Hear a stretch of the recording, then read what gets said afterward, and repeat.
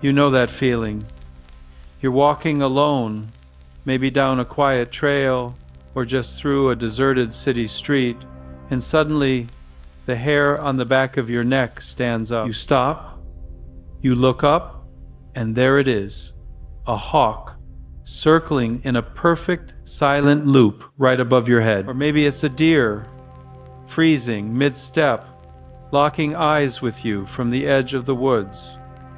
In that split second, time seems to suspend. The noise of your life, the emails, the stress, the noise drops away, and it's just you and this other living consciousness staring at each other. Most people brush this off. They say, "Oh, cool, a bird," and keep walking. They miss the entire point because that moment wasn't random. It was a collision throughout human history, from the shamans of the Amazon to the mystics of ancient Egypt. This specific type of encounter has been viewed not as a biological accident, but as a dialogue. It's a concept the psychologist Carl Jung called synchronicity, a meaningful coincidence that breaks the barrier between your internal world and the external reality. The universe doesn't speak in English or Spanish. It speaks in symbols. It speaks in frequency. And when a specific animal crosses your path, it is acting as a courier, carrying a message that your conscious mind might be too busy to hear, but your soul is desperate to receive. We need to talk about why this happens. Animals don't suffer from the human condition of overthinking. They don't have anxiety about tomorrow or regret about yesterday. They exist in a state of pure, present tense being.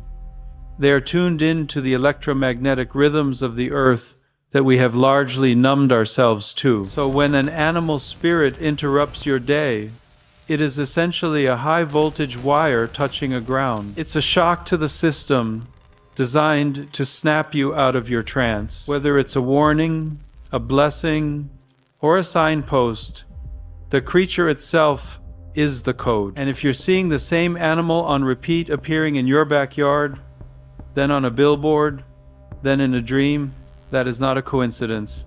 That is a knocking at the door.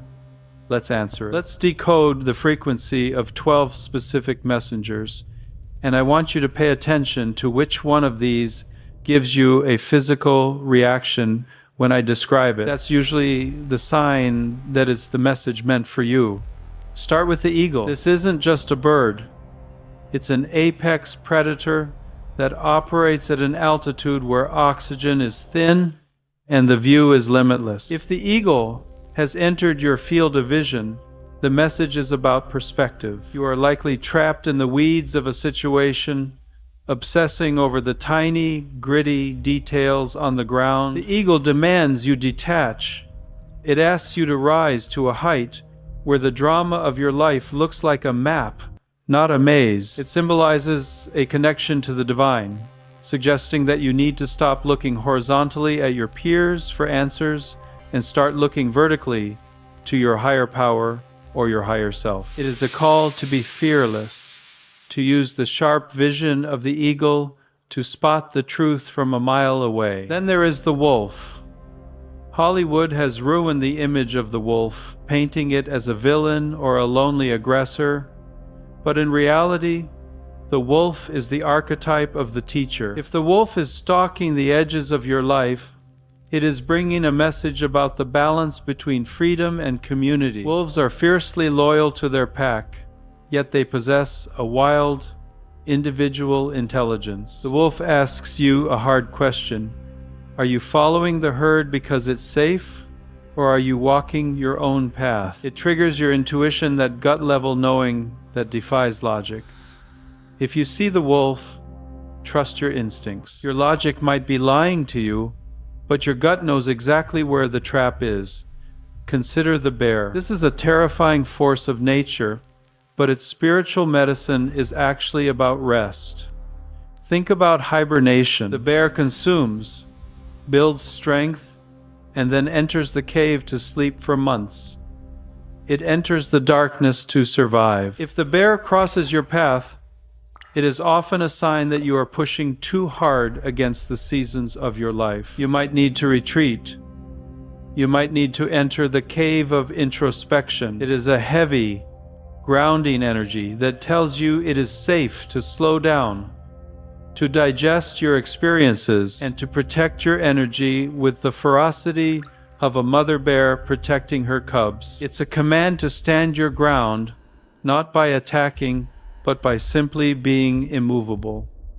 Now, the owl, the silent assassin of the night. The owl sees what is hidden in the shadows. Humans are terrified of the dark. The owl thrives in it. If this bird appears, it is a signal that you need to look at what you are avoiding. There is a deception in your life, maybe a lie you're telling yourself, or a truth someone is hiding from you. The owl's eyes are fixed forward. They don't move in their sockets. They force you to look directly at the uncomfortable truth. It is the totem of wisdom, but not book smarts. It's the wisdom that comes from navigating the dark periods of life without fear. Contrast that with the deer. When a deer locks eyes with you, the feeling is immediate softness. It hits the heart center. The deer survives not by fighting, but by being hyper-aware and gentle. If the deer appears, you are likely being too hard on yourself. You are trying to force a door open when you should be picking the lock with grace. The deer is a messenger of compassion. It says, "Put down the armor." It reminds you that sensitivity is not a weakness, it is a sensory superpower that keeps you safe. Return to gentleness. Then we have the butterfly. This is the cliché of the spiritual world. But let's look at the biology. A caterpillar doesn't just sprout wings. It enters a chrysalis and completely dissolves into genetic soup. It dies to what it was before. It can become what it is next. If the butterfly is fluttering around you, you are in the middle of a messy, destructive transformation. It is a promise that the chaos you feel right now is necessary. You are physically incapable of going back to being a caterpillar. The only way is through the goo and out the other side. Similarly, the snake. This is perhaps the most misunderstood symbol. In almost every ancient tradition, the snake represents Kundalini energy, the life force, and healing. Why? Because it sheds its skin. It physically crawls out of its old body to survive. If the snake slithers across your path, look at your life and ask, what is dead here? What habit, what relationship, what belief is constricting you like old dry skin? The snake is a warning that if you don't shed the past, you will suffocate. It is dangerous, yes, but it is also the symbol of medicine. The poison is the cure. The horse brings a totally different energy, momentum, horsepower. The horse is the symbol of freedom that has been partnered with discipline. If the horse appears, check your autonomy. Do you feel fenced in? The horse spirit is begging you to jump the fence. It represents the drive to move forward, physically and spiritually. It's a muscular, sweaty, vital energy that says you have the power to carry your burdens, but you also have the speed to outrun them if you choose. On the other end of the spectrum is the turtle. The turtle carries its home on its back. It is never homeless. It is never in a rush. If the turtle appears, it is a direct critique of your hurry sickness. It is an ancient geological energy that says, slow down. You cannot rush the process. The turtle teaches us that the only way to survive a chaotic world is to carry your peace with you internally. You retreat into your shell when the world attacks. You center yourself and you keep moving, inch by inch. Patience is the weapon. The frog is the master of two worlds, water and earth. In spirituality, water represents emotion. The frog starts life completely submerged in water and completely transforms to breathe air. Intellect. If the frog jumps into your view, It's time for an emotional cleanse. You need to purge. You need to let the tears flow or speak the feelings you've been repressing. The frog's croak is a sound of releasing pressure. It signifies a transition from drowning in your feelings to walking on solid ground. The fox, the trickster, the genius. The fox survives in the forest and in the city because it adapts. If the fox appears, you need to use your wits. Someone might be trying to trick you, or perhaps the situation requires you to be a little bit cunning. The fox doesn't attack the bear head-on, it outsmarts it. This is a call to be strategic. Fade into the background. Camouflage yourself. Wait for the perfect moment to act. It is the spirit of discernment and intelligence. And finally, the elephant, the remover of obstacles. Elephants mourn their dead. They remember water sources from decades ago. This is the energy of ancestry and memory. If the elephant appears, you are being called to remember who you are and where you come from. It represents an unstoppable force that moves with incredible gentleness. Whatever obstacle is in your way, the elephant tells you that you have the weight and the power to simply push it aside, not with rage, but with sheer, undeniable presence. So, how do you actually use this? You don't need a dictionary every time you go outside. You need to develop your own lexicon. The next time an encounter happens, stop. Don't reach for your phone to take a picture. Freeze. Feel the sensation in your body. Was it fear? Was it awe?